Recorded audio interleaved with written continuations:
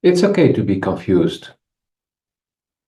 These times are times of extreme, fast change and also very radical change, both in our personal lives and at a global level. So in this video, I'm going to elaborate further on this and we'll hand you some tools that can help you to get clarity again, so that you can feel more at ease in these crazy times. So without further ado, let's dive into this. Like, subscribe, and share. Hi, my name is Lotfi. And in today's video, I'm going to talk about lack of clarity and, more importantly, confusion. You may feel confused at this time. That's why you clicked on the video. You may be doing what you have been doing for the past year, maybe months, maybe even several years. Somehow it feels off. Something feels off. You do not know anymore what to choose, where before it was very simple for you. You had clarity. You knew what you wanted. You knew what you wanted to do, where to go. All the choices were relatively simple. And even if they weren't, today they're even worse.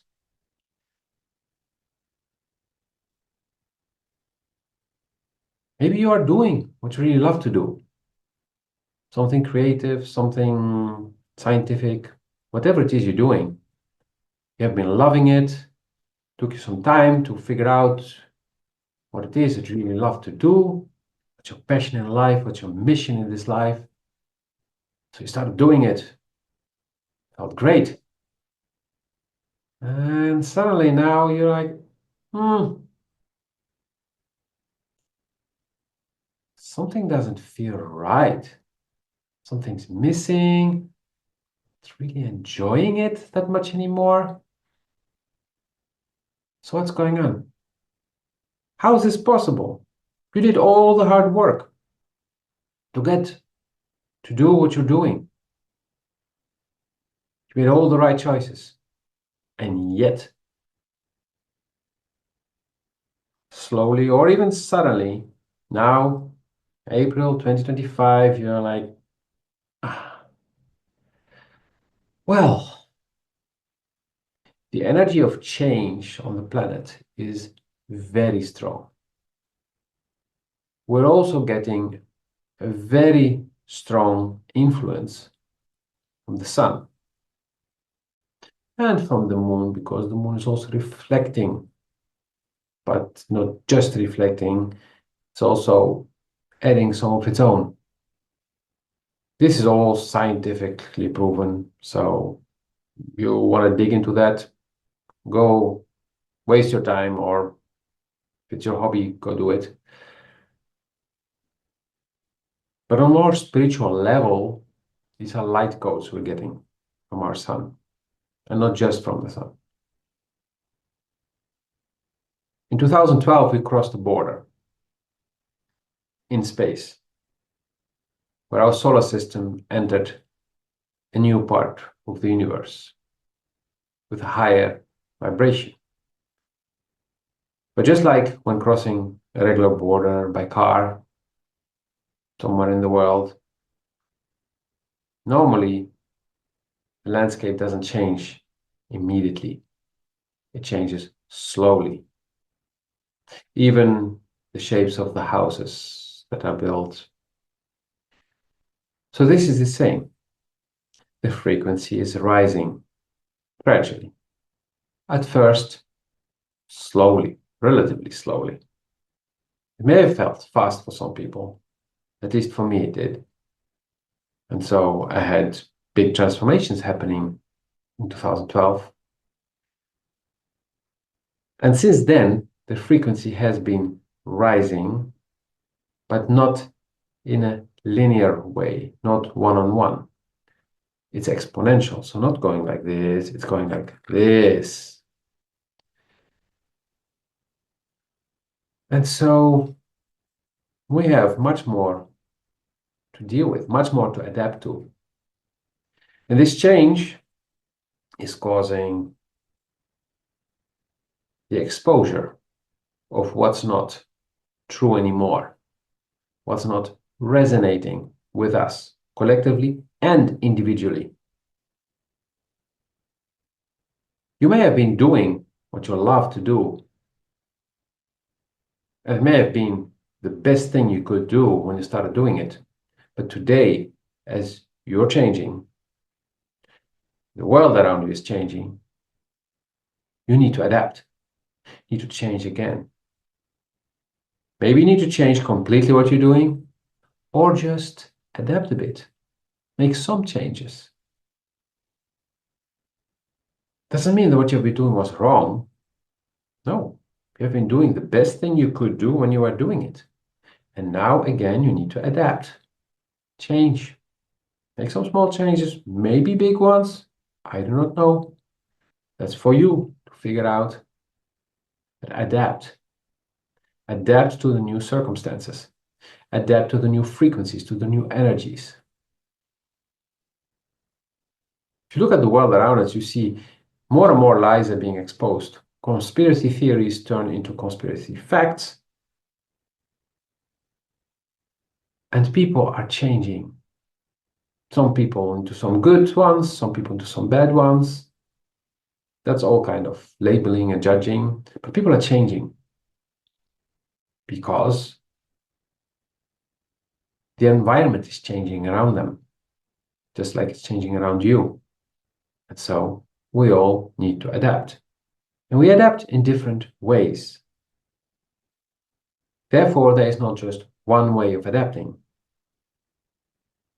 So what I can give you is some basic tools so that you can figure out what works for you. So here's what I suggest. You start every day meditation, preferably 20 minutes. If this sounds too long for you, do 10. If you're really a beginner and 10 minutes sounds like, oh, do 5 minutes.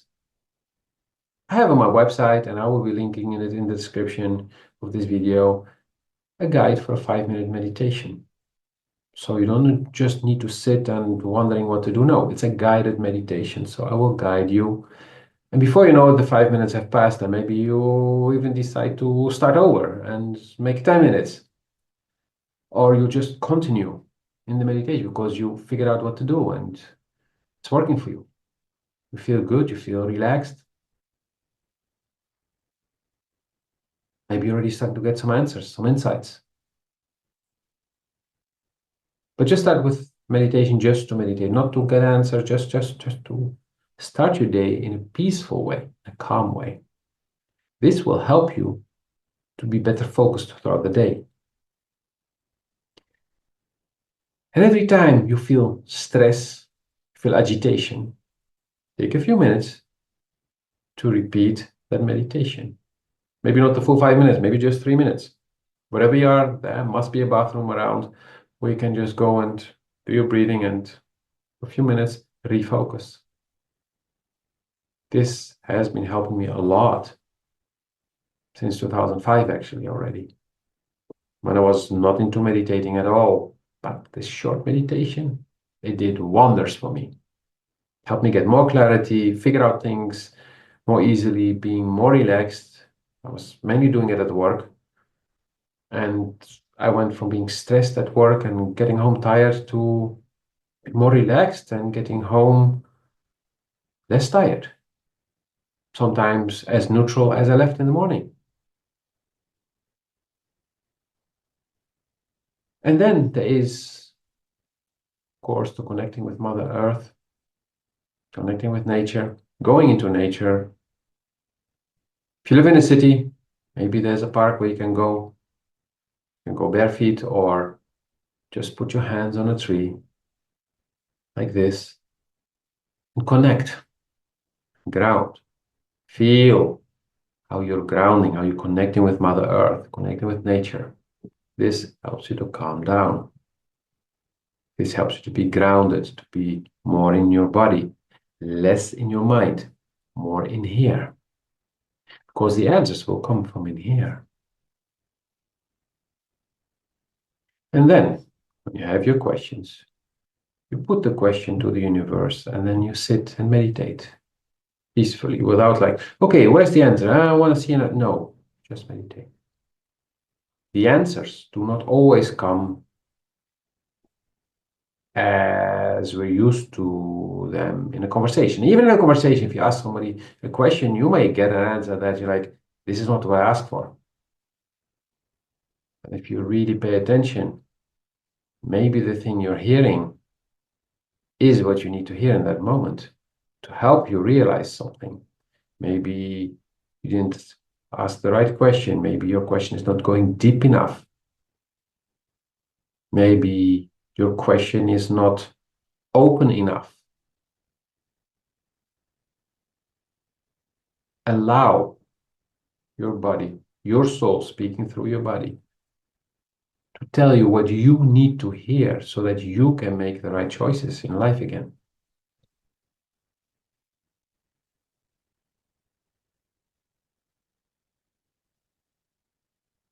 It's not that difficult. You just need to stop for a moment and take some time for yourself.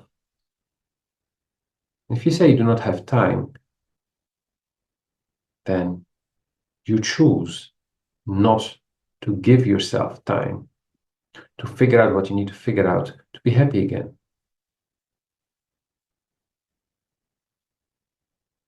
Simply a question of priorities.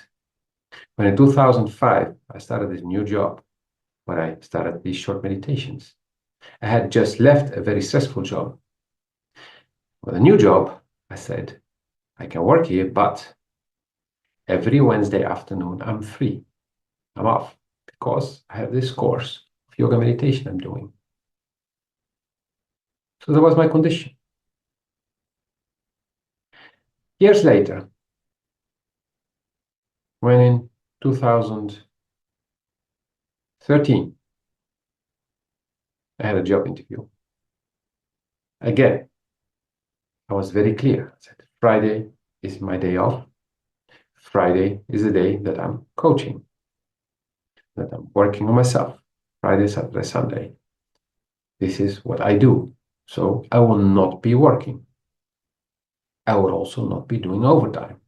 Because if we need to do overtime, I'm not talking about incidentally, I'm talking about regularly. It means you, the manager, are not structuring things right.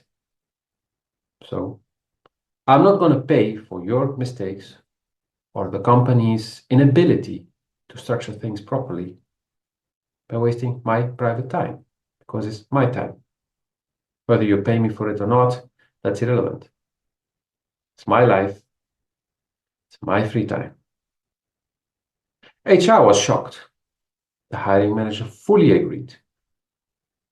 And he even told me why he agreed, because he was having his day off during the week to be with his child.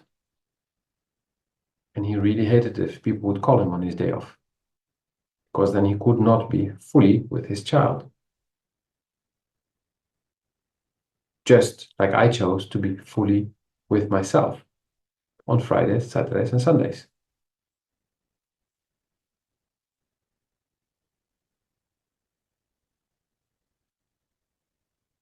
I hope this video gave you some insights on what you can do, inspired you to start taking some steps to make some changes in your life, that you can find some peace, some balance, some direction.